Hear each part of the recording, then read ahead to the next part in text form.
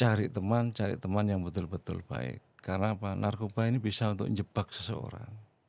Anggap di Madura itu informan pasti ya itu takut sama pelaku-pelaku narkoba. Karena di Madura ini kan sering terjadi kalau jadi informan pasti ya takut dibunuh atau bagaimana kan seperti itu.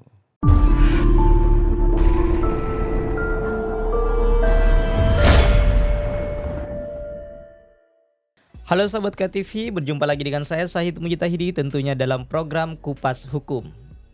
Tentu ini sangat relate sekali dan sahabat KTV tentu juga sudah tahu kenapa saya mengenakan kemeja putih. Karena setiap menggunakan kemeja putih itu biasanya akan mengupas soal hukum. Kalau sebelum-sebelumnya kita sudah mengupas soal hukum begal payudara atau bokong, hukum penipuan online, sekarang kita akan mengupas soal narkoba. Ini menarik. Kenapa yang akan dikupas soal narkoba lebih spesifiknya adalah bagaimana jika kita sebenarnya tanpa sadar mengkonsumsi narkoba. Seperti apa sih hukumnya? Karena ini juga kejadian di Kalimantan Timur baru-baru ini. Kebetulan ini anak-anak. Siapa tahu yang kejadiannya bukan terhadap anak-anak. Ada bayi berusia 3 tahun yang tiba-tiba positif narkoba jenis sabu. Di sini untuk mengupas soal narkoba, di sini telah hadir Kabio Satres Narkoba Polres Pamekasan, Ibtu Siswanto. Selamat datang, Pak Ibtu. Selamat datang. Selamat datang. Gimana nih kabarnya, sedang sibuk-sibuknya untuk memberantas peredaran narkoba di Pamekasan atau lagi senggang-senggangnya nih? Baik. Ya, kalau polisi narkoba ini tidak ada senggang, Mas ya. Tidak ada senggang. Betul. Karena apa? Karena polisi narkoba ini kan mencari, Mas. Lain dengan reskrim. Jadi kalau reskrim itu pelapor yang datang ke kantor mengadukan, melaporkan kejadian. Kalau polisi narkoba ini mencari di mana tempat peredaran narkoba yang ada di Pamekasan ini untuk kita tangkap, kita adili sesuai dengan porsinya masing-masing. Apa sebagai pengguna atau sebagai kurir atau sebagai bandarnya. Karena polisi narkoba ini, apa yang katakan tadi itu, kita mencari, tidak menerima laporan. Selama ini memang belum pernah ada laporan. Coba banyak orang laporan itu enak, Mas. Pak, lapor di sana ada orang jual sabu atau narkoba, itu enak kita. Nah, selama ini tidak ada. Selama 1 tahun ini menerima nggak? Selama dari Januari hingga bulan November sekarang ini belum ada laporan. Belum ada orang yang berani lapor. Jadi makanya polisi Pamekasan ini kerja keras, ekstra ya. Tiap hari siang malam teman-teman opsional itu mencari target tangkapan. Bagaimana caranya dapat tangkapan, kan begitu. Jadi karena kita punya beban yang sangat berat, karena di media atau di masyarakat itu banyak informasi di Pamekasan, banyak pemakai narkoba atau pengecer narkoba. Makanya saya selama ini berpikir, Mas, kok enggak ada yang berani laporan ya? Nah, kan gitu. Cobalah jangan hanya ngomong di media atau dan di tengah-tengah masyarakat, memberanikan diri. Peran warga masyarakat itu sekali-sekali laporan ke kantor, nah itu kan lebih enak. Siapa tahu mereka takut. Pasti kalau dianggap di Madura itu informan pasti ya itu takut sama pelaku-pelaku narkoba. Karena di Madura ini kan sering terjadi kalau jadi informan pasti ya takut dibunuh atau bagaimana, kan seperti itu. Pasti dimusuhi lah sama mereka-mereka. Jadi untuk di Pamekasan ini memang sulit. Kita menggalang informan itu sulit. Makanya anggota kita jalan sesuai dengan apa yang ditugaskan dari negara ini untuk memberantas narkoba. Siang malam ya mencari. Ya alhamdulillah selama ini kita ada hasilnya gitu ya. biarpun tidak 100% untuk membasmi narkoba di Pamekasan itu sudah ada lah hasil kita, ya sudah cukup memuaskan, karena target Polres Pamekasan dari Polda itu Mas ya, 1 minggu itu minimal harus bisa dapat 2 LP minimal. Jadi kalau 1 bulan sudah 8 LP, 2 kali 4 8 LP gitu. Nah, nanti syukur-syukur bisa lebih. Kalau contohnya kalau bulan kemarin nih, dari bulan 9 sampai akhir bulan 9 ya, 10 sampai ke 11 ini kita alhamdulillah sudah ada 16 LP yang masuk. Sampai sekarang, terakhir kemarin malam kita masih ada masuk LP 2. Jadi untuk sementara Pamekasan alhamdulillah tidak kurang target kita yang ditargetkan Polda, biarpun mengenai barang bukti ya BB alhamdulillah ya, kita tidak sampai ada teguran dari sana. Jadi kita sudah cukup, tapi perlu ditingkatkan. Jadi sudah saya sampaikan ke anggota yang di lapangan, tetap semangat, ditingkatkan lagi, biarpun kita tidak ada teguran, tapi yang jelas kita tidak boleh puas dengan apa yang kita sudah lakukan selama ini. Jadi kalau bisa tetap ditingkatkan, terutama untuk mengungkap bandar yang BB-nya lebih besar. Oh iya, ngomong-ngomong, untuk pelapor itu kan dilindungi nih. Betul. Mengapa mereka masih takut untuk Itu melaporkan? Itu kami kan sudah menginformasikan juga ke rekan-rekan atau masyarakat bahwa sampean kalau melaporkan kepada saya atau kepada anggota siapa saja atau ke kantor, itu saya jamin kerahasiaannya dan keamanan sampean saya jamin. Kenyataannya selama ini belum ada berani yang menginformasikan ke kantor atau laporan ke kantor. Padahal kita sudah sosialisasikan seperti itu. Ya, enggak tahu juga, mungkin masyarakat pikirannya kalau saya melapor ke polisi takut repot dan lain sebagainya, kita kurang tahu. Kenyataannya kalau narkoba belum ada selama ini. Nah, seperti ini lagi, bagi orang tua ya, kalau mempunyai anak pemakai narkoba, silahkan lapor ke kantor dan mengajukan rehab. Itu pun sampai saat ini belum ada. Hanya tahun kemarin kalau tidak salah itu ada salah satu sekalian mungkin ya, dari desa Jambringin Propo itu ke kantor, anaknya memang memakai dan ingin merehab. Hanya sekali itu. Yang tahun ini belum ada.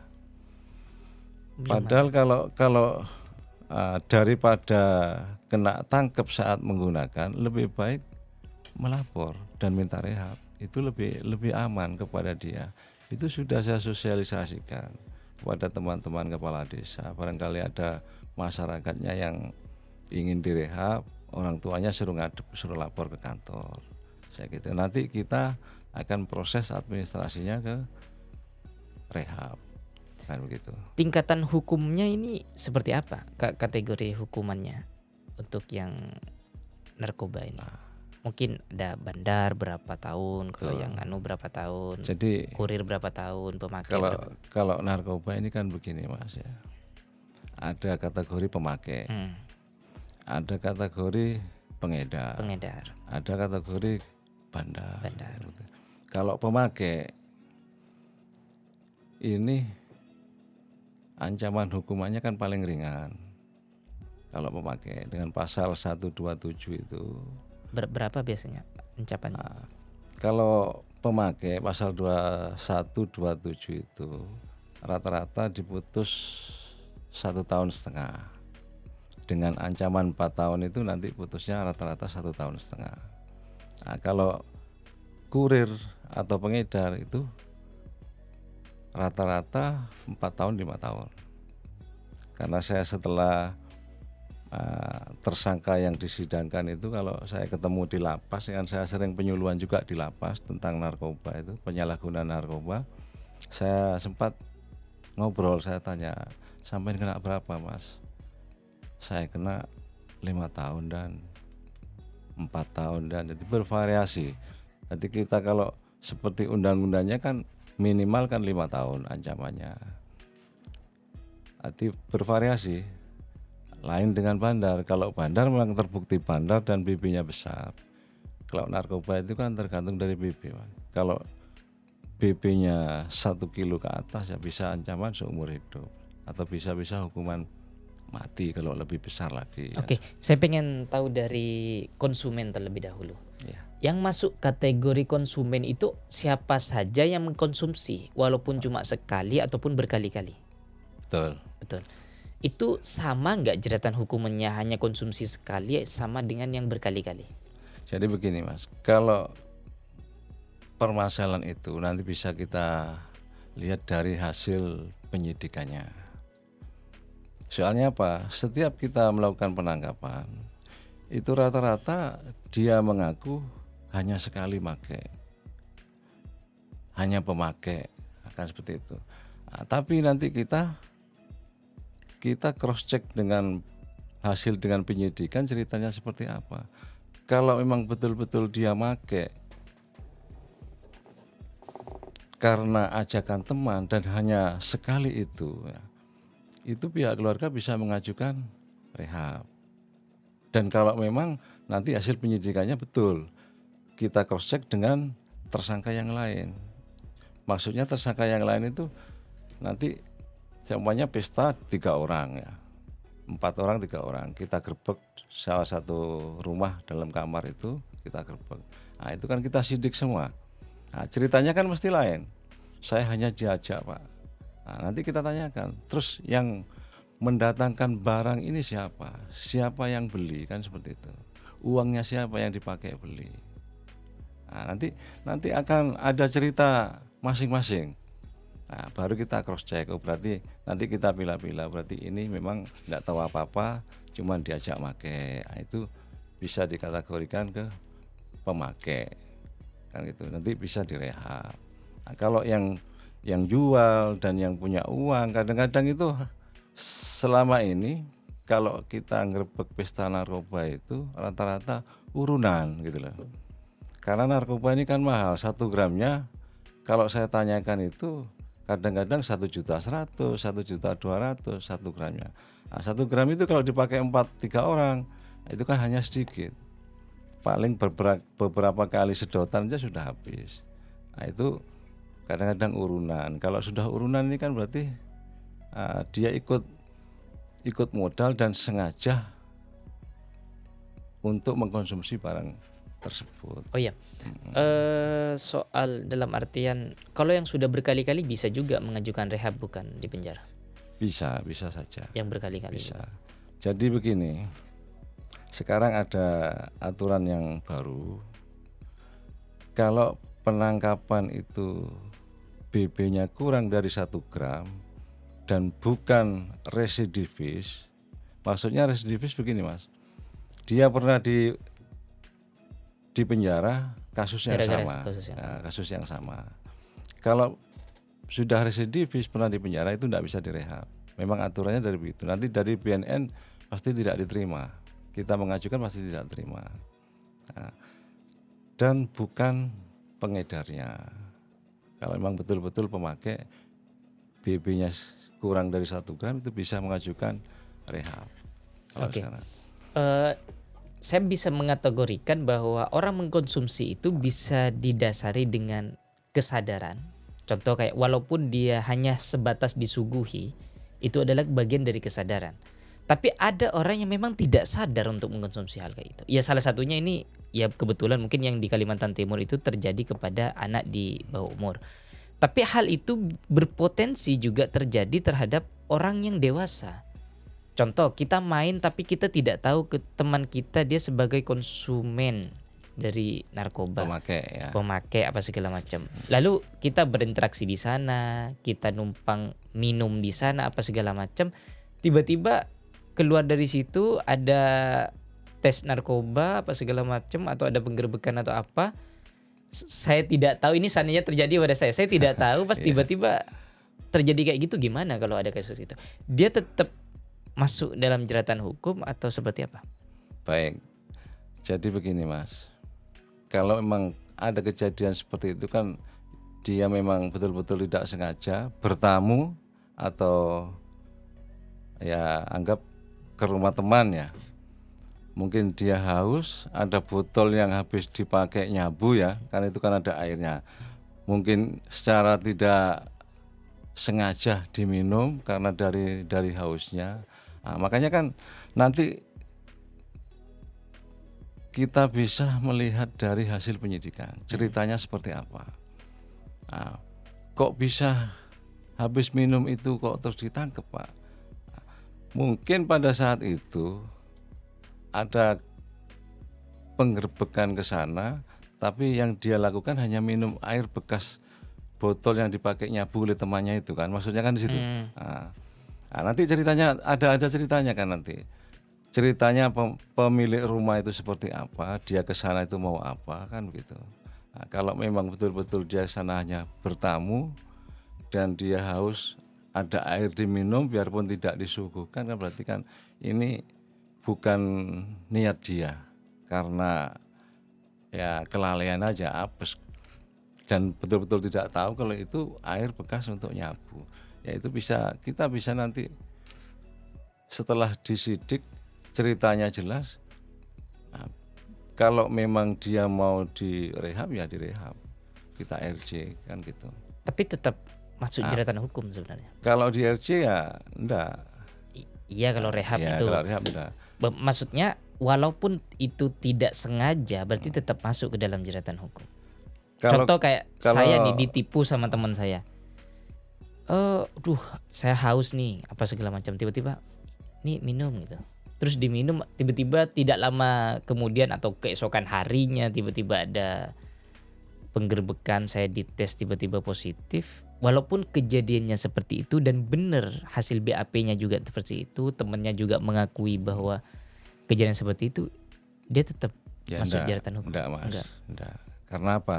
Kalau memang ceritanya memang betul-betul seperti itu. Tapi kalau bisa, makanya kita ini kan harus hati-hati cari teman ya. Karena apa? Zaman sekarang ini narkoba ini kan bisa untuk dipakai bisa untuk dipakai umpan lah istilahnya. Untuk pakai umpan menjerumuskan orang. Contohnya seperti itu. Jadi kalau memang betul-betul hanya minum air itu dan banyak yang menyaksikan dan betul-betul tidak mengetahui si anak ini, ya saya kira kita akan ambil kebijakan. Oh, berarti Kan gitu. bisa tidak Bisa, terjerat ya. hukum. Maksudnya tidak Kalau perlu memang langsung hanya- masuk rehab, tidak. Kalau masuk hanya rehab kan, kalau hanya sekali itu kan begitu. kalau memang terbukti memang benar tidak sengaja dan hanya sekali seperti itu. Oke. Kan didukung sama teman dan pemilik rumah, kalau memang dia tidak pernah ke sana, hanya sekali itu main ke sana, ya mungkin kita akan bisa ambil kebijakan. Bisa ambil kebijakan untuk tidak masukkan ke dalam Ya, jeratan hukum. betul. Karena kalau walaupun masuk rehab itu masih masuk kategori hukum sebenarnya. Karena cuma pilihannya adalah pilihan rehab. Ya maksudnya kan begini, milih ke jalur itu adalah untuk mengobati barang yang sudah masuk ke tubuhnya kan begitu, biar tidak ada efek-efek yang akan terjadi di kemudian hari ke fisik mereka. Nah tujuannya direhab kan diobati kan, biar tidak sampai kecanduan dan lain sebagainya, biar sembuh, bisa netral kembali. Tapi bisa menolak dua-duanya kalau memang benar-benar terbukti tidak sengaja. Maksud- Ini sebatas memastikan. Maksudnya menolak Dalam kedua-duanya. artian mendapatkan kebijakan untuk tidak perlu direhab dan tidak perlu dipenjara. Bisa, Bisa juga. bisa. Gimana kalau saya balik kasusnya, Pak? Sebenarnya dia memang pengkonsumsi, oke lah pertama, tapi dia bisa kerjasama dengan baik bersama lingkungannya sehingga mampu menciptakan rekayasa seperti itu dalam BAP. Makanya kan saya tadi ngomong, nanti hasil penyidikan seperti apa. Dan kita kan sebelum melepas itu kan kita lidik juga kan. Setiap harinya seperti apa anak ini, siapa kumpulan setiap harinya, istilahnya teman-temannya dia siapa kan begitu. Nah, seperti Pamekasan ini kadang-kadang kalau kita sudah lidik, oh ini gandengannya ini jalurnya ke sini, otomatis teman-teman lapangan itu tahu kan itu.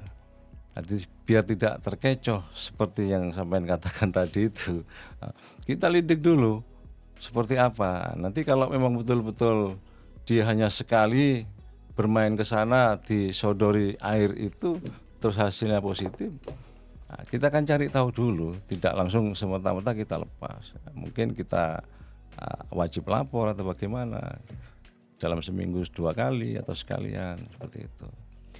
Yang soal pengedar nih, kategori pengedar ini kurir ini hanya sebatas yang mengantarkan saja atau penjual juga masuk dalam kategori kurir? Kalau kurir itu Mas, kurir itu anak buahnya pengedar.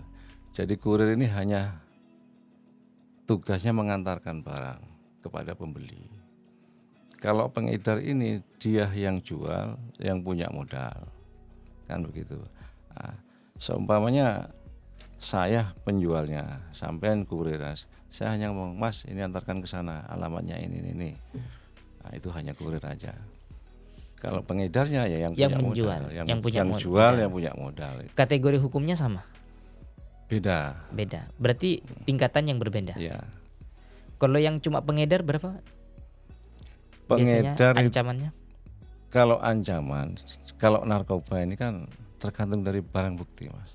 Lebih besar barang buktinya, ya lebih berat ancaman hukumannya. Kalau narkoba.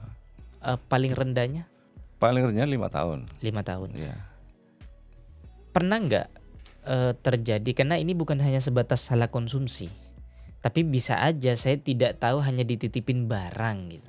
Nah, jadi di pasal 114 itu ya, memiliki, menyimpan, menjual. Nah, undang-undangnya memang seperti itu, menyimpan, biarpun bukan punyanya sendiri. Walaupun tidak tahu juga bahwa yang disimpan itu adalah barang terlarang. Barang terlarang.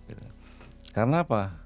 Kalau tidak ada hubungan ya, baik teman atau apa, tidak mungkin sampai nitipkan barang kepada saya kalau tidak kenal.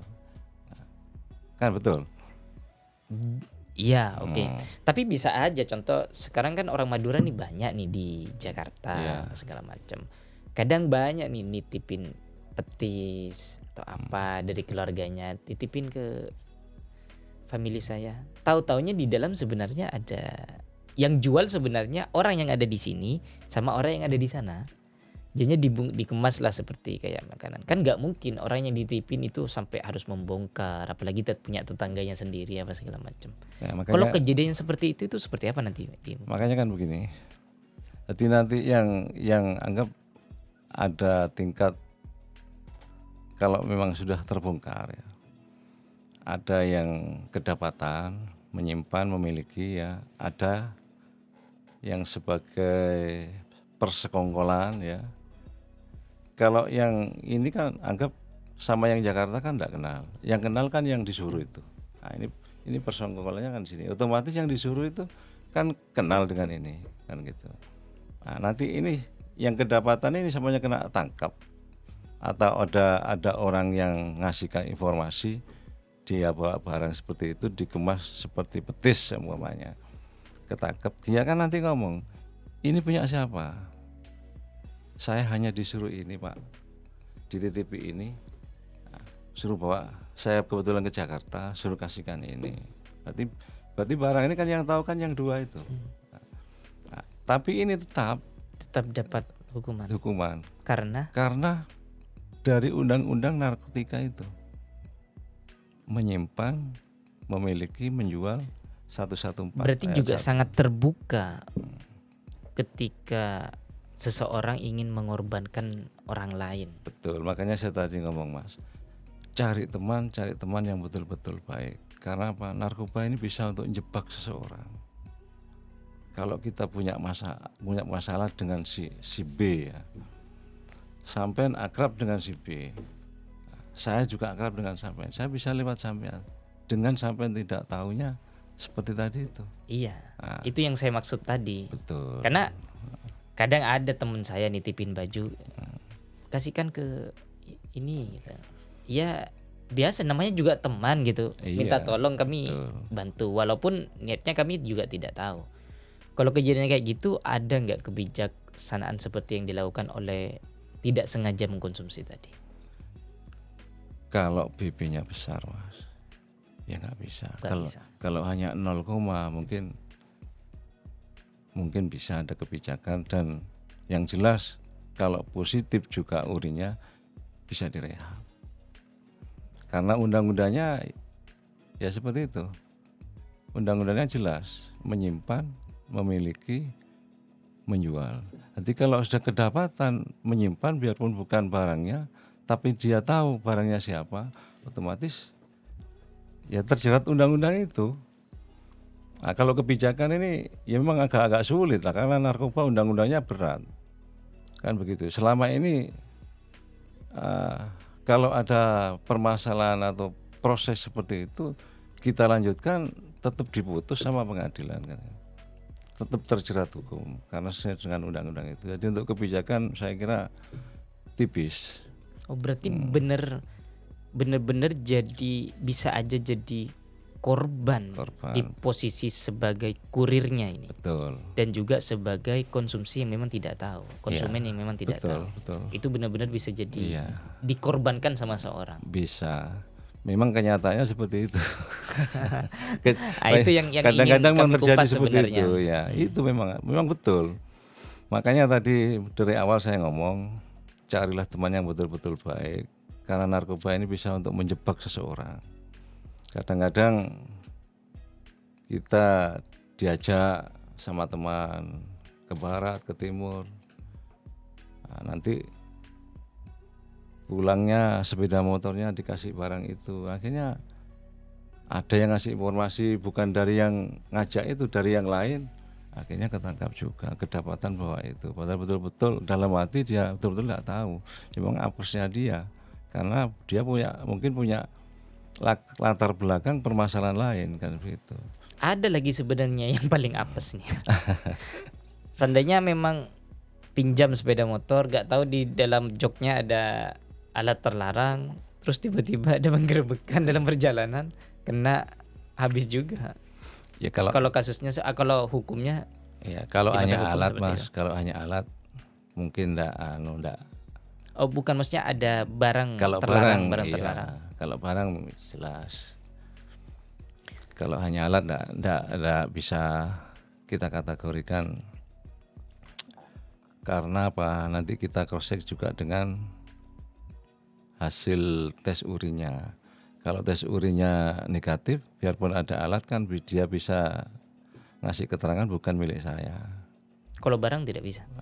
Kalau barang kedapatan dia sesuai dengan undang-undangnya seperti itu. Walaupun bukan milik saya juga. Bukan milik sampean, tapi ada di sepeda motor sampean yang naiki pada saat itu, pada saat ditangkap.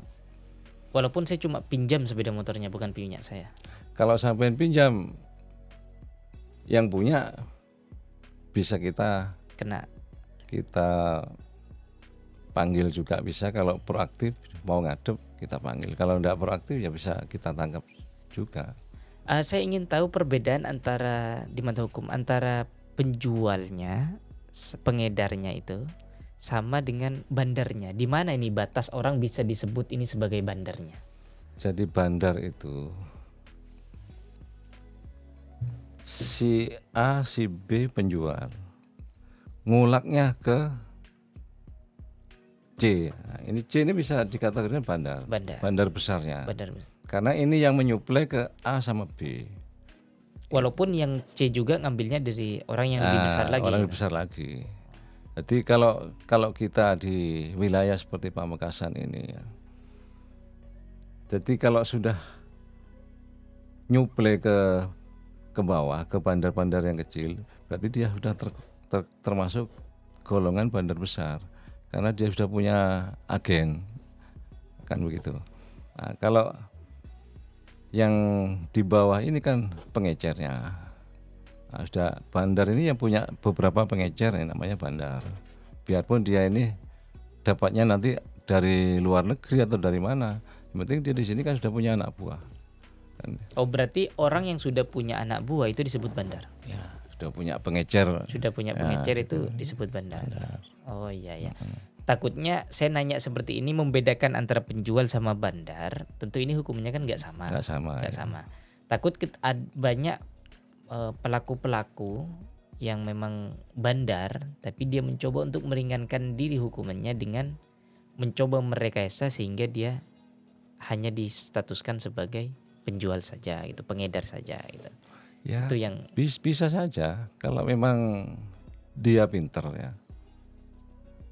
Rata-rata bandar ini kan kadang-kadang apa ya, punya anak buah lebih dari 2 rata-rata, kadang-kadang seperti itu. Jadi begini maksudnya, jadi si A ini bandar punya anak buah B dan C. Nah, pengecer ini belum tentu kenal sama A bandarnya. Karena apa? Kalau ngambil barang, kalau ngulak itu harus lewat C. Kalau C nggak ada, harus ke B. Nah, B ini biarpun anak buah bandar, tapi dia ndak nyuplai kemana-mana, hanya ke C aja. Ini pengaman mereka, saya lihat seperti itu, gitu loh.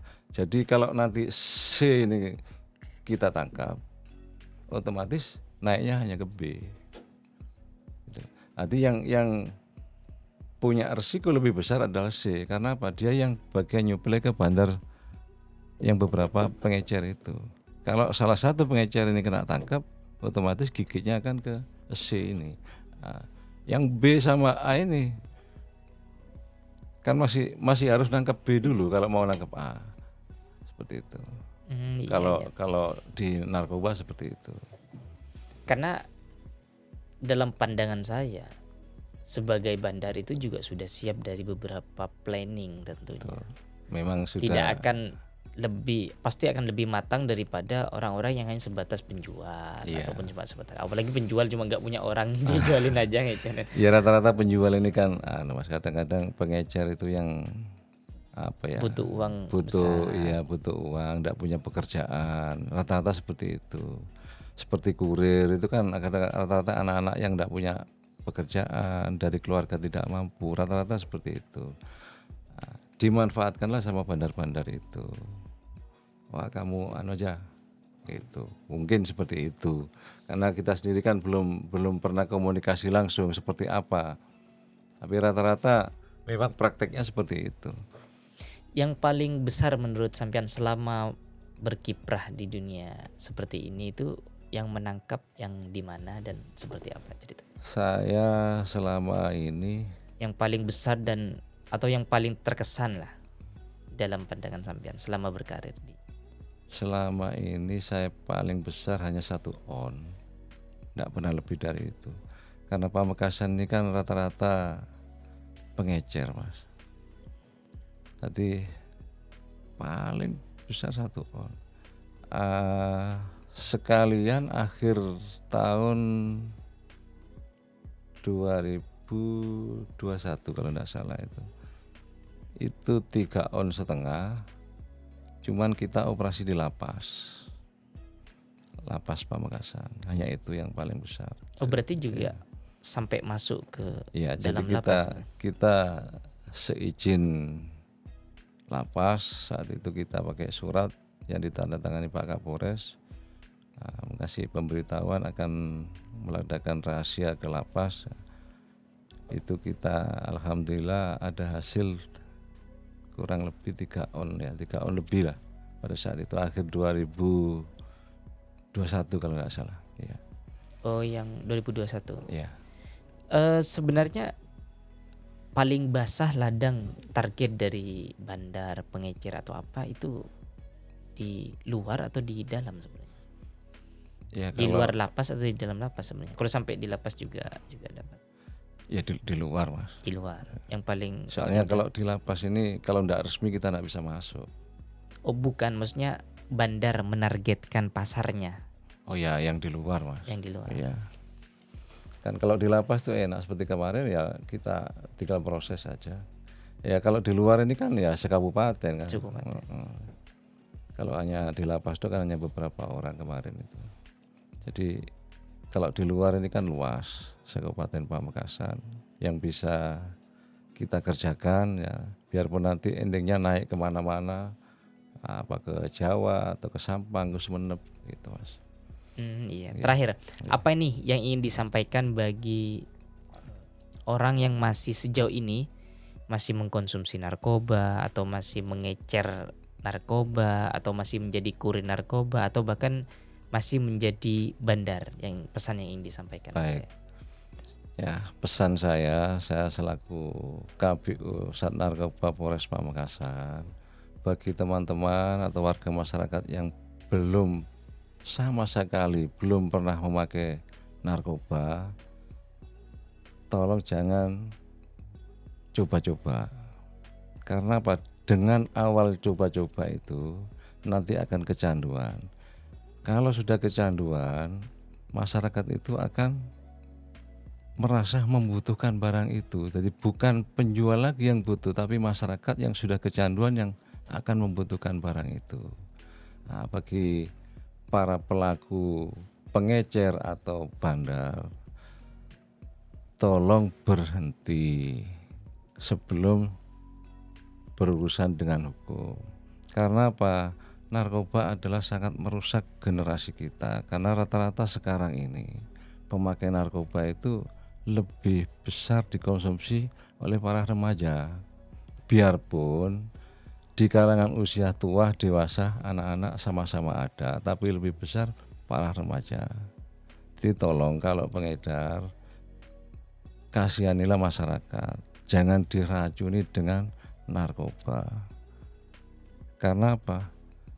Kalau generasi kita sudah tercemar diracuni sama narkoba, otomatis akan menghambat situasi di bangsa ini, terutama kemajuan bangsa Indonesia. Kalau generasi kita tidak sehat, mana mungkin negara kita ke belakang akan, ke depan akan sehat, seperti itu Mas ya. Jadi Siap. ini pesan saya, kalau masih jual jadi bandar, tolong berhentilah, cari kerja yang lain, yang halal, yang tidak merusak warga masyarakat, terutama para generasi muda kita ya. Siap. Ini sahabat KTV, yang paling saya ingat dari perbincangan kali ini adalah tadi disampaikan bahwa kita itu harus benar-benar selektif untuk mencari teman dalam bidang ini loh ya. Kenapa? Karena dalam dunia penarkobaan ini, dunia barang terlarang ini, semuanya bisa menjadi korban walaupun itu adalah teman kita sendiri. Makanya biar kita tidak menjadi korban dalam hal ini, kita benar-benar harus memilah dan memilih dan berhati-hati saat berinteraksi dengan seseorang, terutama seseorang yang memang sudah kecanduan narkoba atau menjadi pengedar narkoba bahkan, atau menjadi pengecer narkoba, karena takut tanpa kita sadari kita mengkonsumsi barang terlarang tersebut atau kita menyimpan barang terlarang tersebut, karena di mata hukum tetap ada hukumnya. Itu saja dari saya, Syahid Mujtahidi, undur diri. Wassalamualaikum warahmatullahi wabarakatuh. Waalaikumsalam warahmatullahi wabarakatuh.